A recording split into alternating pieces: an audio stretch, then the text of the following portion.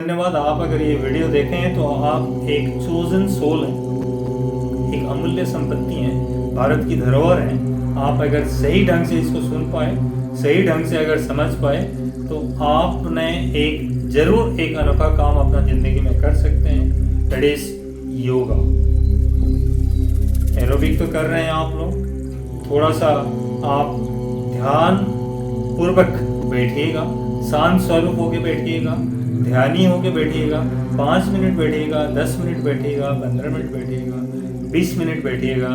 इन लोगों की 116 बीट पर मिनट से 67 बीट पर मिनट के लिए अगर 4000 एप्लीकेशंस आता है, 79 कंपटीटर्स अगर उसमें compete करते हैं और एक विनर बनते हैं, तो आप लोग तो इससे बहुत आगे हैं। तो आप क्यों ये सब चीज़ों को नहीं ले सकते?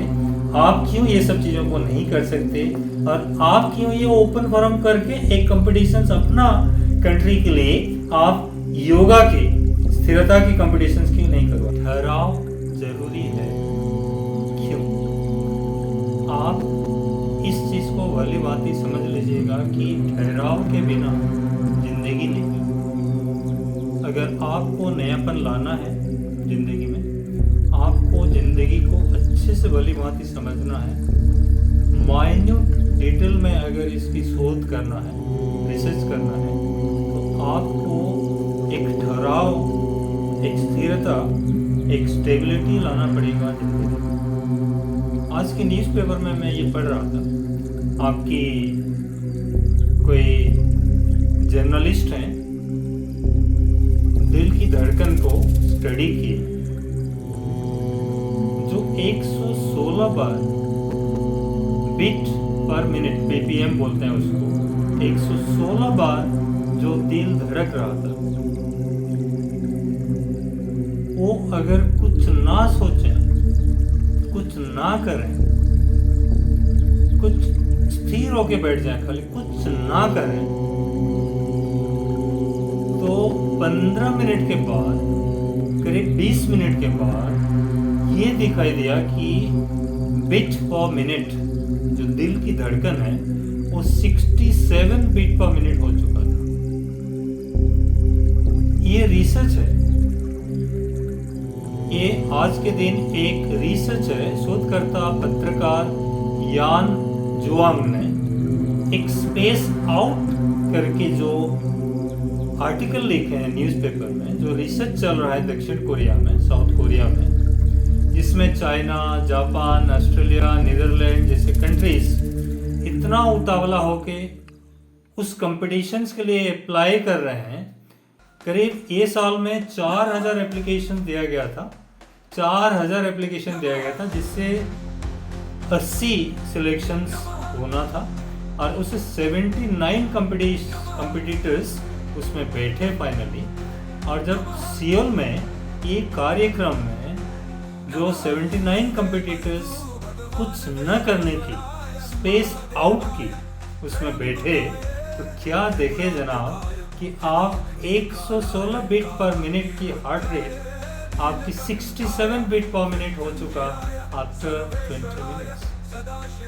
ये कोई ताजुब की बात नहीं है, ये कोई अनसुनी, अनदेखी चीज़ नहीं है या अनजाना चीज़ नहीं है।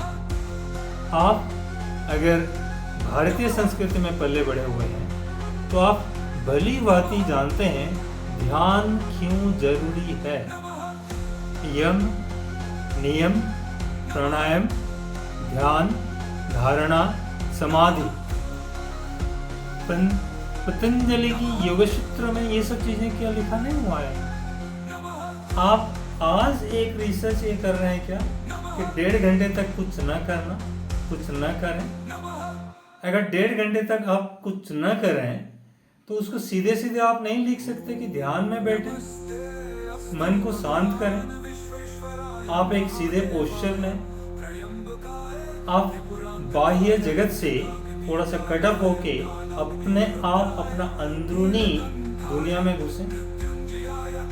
ये कौन सा रिसर्च है? ये कौन सा नयापन है? ये कौन सा अनोखी चीज है जो हम भारतीय संस्कृति में जानना चाहिए कि new wine in the old boat. एक आप नयापन के नाम पर दुनिया आज उतावला हो रहा है ये सब रिसर्च करने के।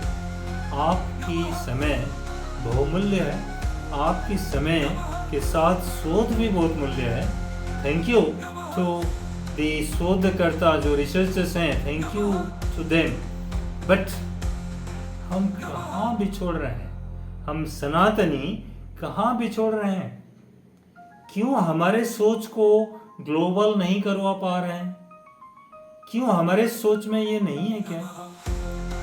क्या आप इसके आंसर नहीं जानते थे क्या आपने अगर सही ढंग से स्थिर मन से बैठते हैं तो क्या आपको ये 116 बिट पर मिनट को 67 बिट पर मिनट लाने की चैलेंज क्या बहुत बड़ी होगा?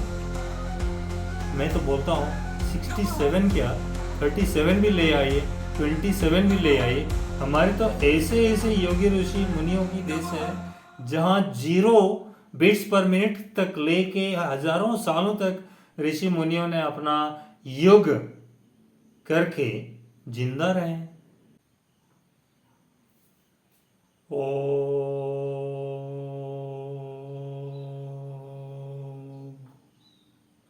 सर्वे भवन्तु सुखिनः सर्वे सन्तु। तो दोस्तों, मेरा बोलने की मकसद ये नहीं है कि मैं किसी को क्रिटिसाइज करने के लिए ये वीडियो बना रहा हूँ। मैं आपको ये बोल रहा हूँ कि आज जो स्पेस आउट के नाम पर एक ठहराव जरूरी है करके जो रिसर्च न्यूज़पेपर में, नेशनल न्यूज़पेपर में फ्रंट पेज में छाप के हम अपना जो यंग पीढ़ी है, अपना जो न्यू जनरेशन्स हैं, उनको ये चीज़ जो देने के लिए कोशिश कर रहे हैं, जो भी हम लोग एक न्यूज़ को इसकी पेश करवा रहे हैं, क्या हम इसके नीचे एक शब्द नहीं लिख सकते कि ध्यान, जो कि यम, नियम, प्राणायाम, ध्यान, धारणा और समाधि से आने वाला है? इस चीज को हम क्या नहीं बता सकते? ये एंशिएंट योगिक क्रिया को थोड़ा सा अगर ब्रैकेट में लिख के हम इसको एक कंक्लूजन रूप में लिखते ये आर्टिकल को, तो भारतीय संस्कृति में ये बहुत शोभा देता, बहुत सुंदर लगता। लेकिन आज की युवा पीढ़ियों को मेरा ये बोलने का एक जरूरी हो पड़ा कि भाई हम किस रिसर्च के पीछे आज भाग रहे हैं? कौन सा रिसर्च हमारे सनातनी बुक्स में, हमारे आर्टिकल्स में, सनातनी ग्रंथों में नहीं है? आप इस रिसर्च को करिए ना। माइंड मैटर्स एजुकेशन हमेशा आपको प्रोत्साहन देता है रिसर्च करने के लिए, रिसर्च ओरिएंटेड होने के लिए। बट हमेशा ये चीज़ को भी आपको आँख खोल के दिखाता है कि देखिए दुनिया में क्या क्या चल रहा है और आप कहाँ बैठे हैं, क्या कर सकते हैं आपकी सनातनी ज्ञान लेके, आपकी सनातनी रिसर्च लेके।